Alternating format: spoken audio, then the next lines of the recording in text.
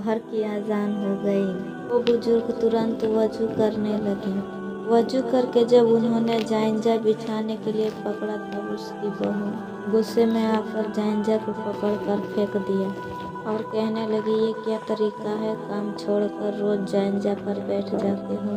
अपने कमरे का हाल देखा है? हर वक्त तुम्हारे कमरे से बदबू आती है। जब उन्होंने दोबारा जांजा उठाकर बिछाया तो वो जांजा के ऊपर खड़ी हो गई और अपने ससुर का बाजू पकड़कर जबरदस्ती उनको कपड़े धोने पर मजबूर कर दिया।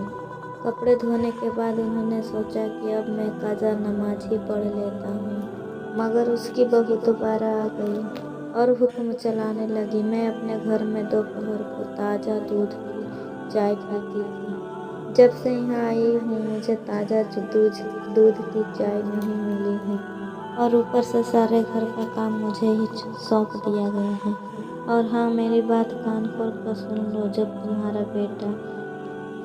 तुम्हारा बेटा काम करने के लिए चला जाए तो तुम खुद ही घर का सारा काम कर लेना।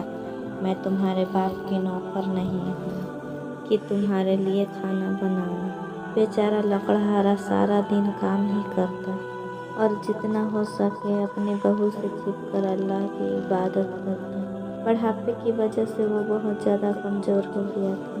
एक दिन ऐसा हुआ कि वो सारा घर का काम करता रहा, फिर अल्लाह की इबादत में मसरूर रह गया और अपनी नींद भी पूरे नहीं कर सका। वो बीमार हो गया, मगर बीमारी की हालत में भी वो सारी रात अल्लाह की इबादत करता रहा। हज्जत पढ़ी, फजर का नमाज पढ़ा और काफ़ी देर तक कुरान पाक की तिलावत की। 3 दिन तक ऐसा ही चलता रहा।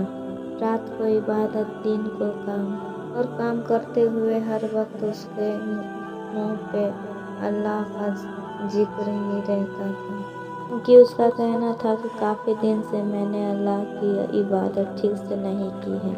तीसरे दिन जब वो लकड़हारा बर्तन धो रहे थे तो उसके हाथों से बर्तन छूट रहे थे और वो सही से साफ भी नहीं हो रहे थे। लकड़हारे की बहू गुस्से में आकर बर्तन उठाकर लकड़हारे के हाथों पर मार रही थी और कहने लगी, इन बर्तनों को दोबारा से साफ करो।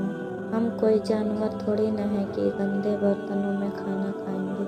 बेचारे लकड़हारे ने दोबारा सारे बर्तनों को इकट्ठा किया और फिर से साफ करने लगा।